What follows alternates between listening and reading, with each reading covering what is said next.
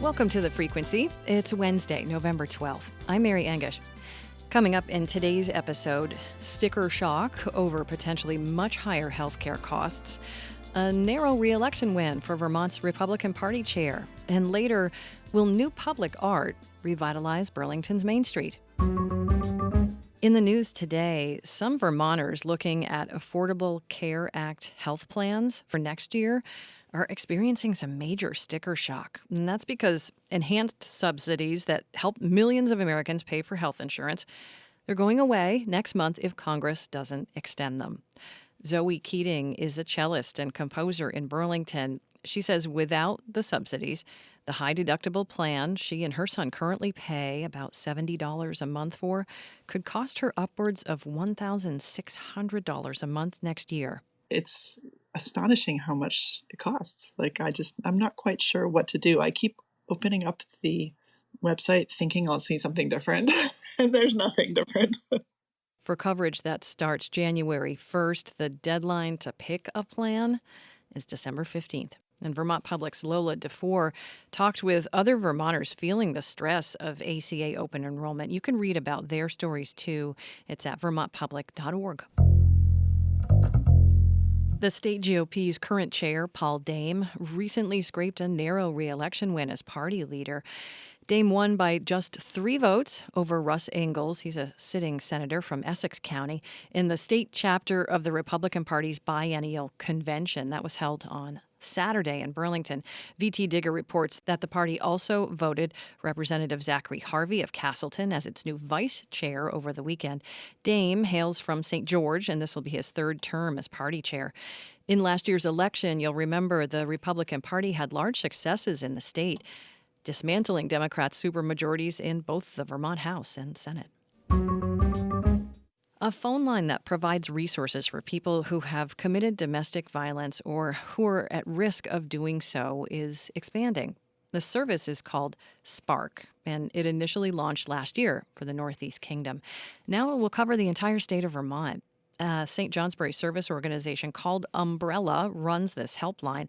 And here's reporter Leah Melder-Connors explaining why it focuses on possible perpetrators of domestic violence.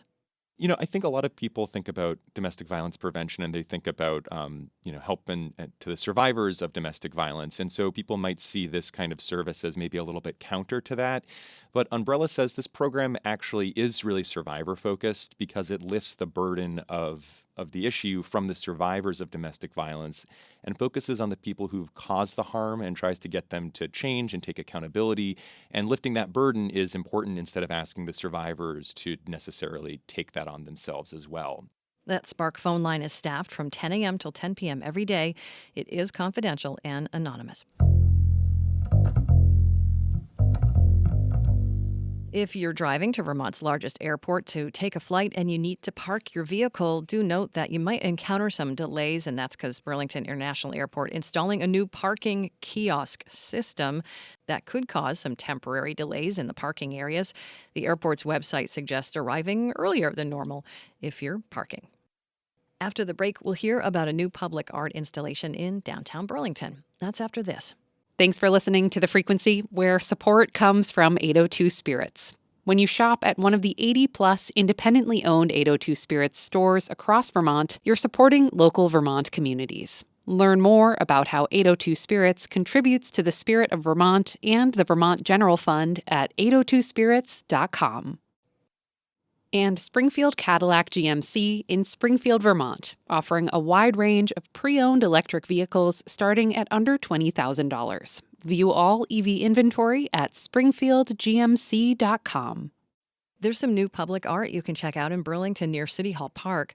The piece is an archway with dried flowers embedded in it. It's one of 4 new large-scale artworks being installed at a time when downtown is struggling with construction, crime, and graffiti. Vermont Public's Michaela Lafrac recently met up with the artist. Lydia Kern and I meet on the sidewalk between a construction site and the park. The sun is shining through the 11-foot-tall archway she built for the city. It's called Anthology. It's composed of about hundreds of local flowers that I collected, and all the pieces are suspended within a stainless steel frame. The flowers are preserved in a translucent plastic, the color of a sunset. That color scheme was inspired by the sky over nearby Lake Champlain, which you can see from where we're standing. Right there, right there. I'm really looking forward to seeing what it looks like against the first snow with the projected color on the white. For more than a year, Main Street hasn't been a particularly pleasant place to hang out.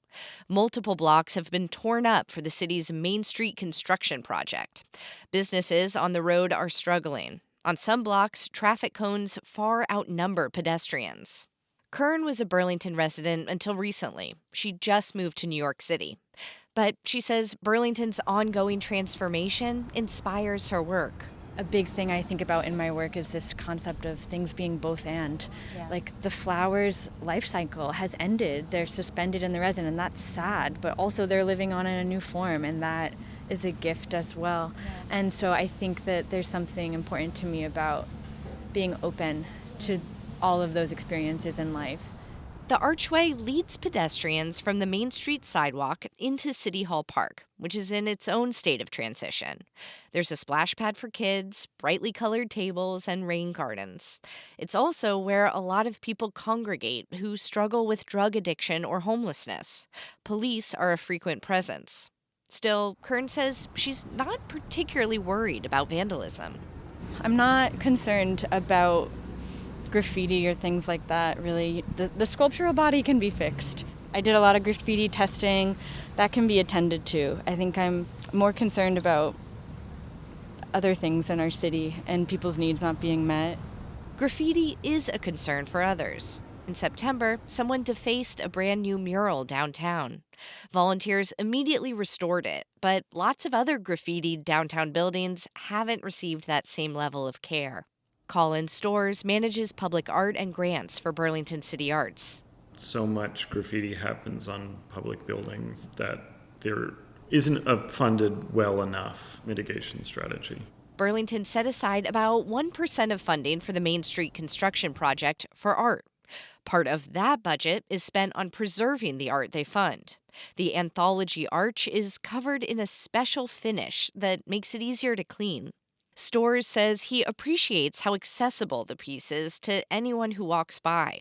A tourist, an unhoused person, a shopper, a little kid. It was going to be bright and colorful, yet meaningful and sort of complex in a way that is hard to achieve in public art. It really spoke to the type of Burlington-centric public art that the committee wanted to see.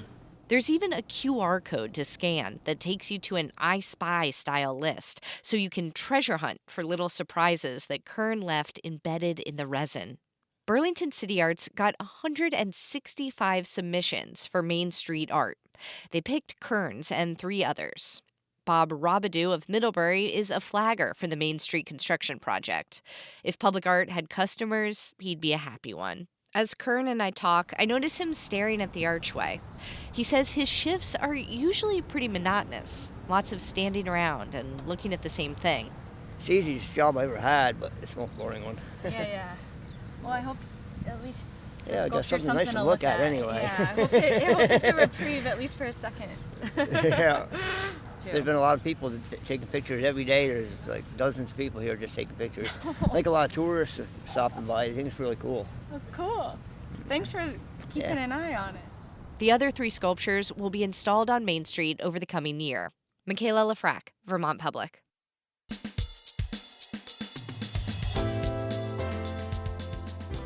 That's the Frequency for today. Give us a follow, download the Frequency, rate it, tell a friend. That'd be super helpful while we're reshaping and remodeling the Frequency. And let us know what you think should go in this daily news podcast. Would you like more events, more headline news, how-to Vermonty stuff, maybe some behind the scenes in the newsroom? Give us a holler at thefrequency@vermontpublic.org. Stephanie Colombini edited today's episode. And our music today was composed by Peter Engish. Interstitial music by Blue Dot Sessions and Universal. Talk to you tomorrow.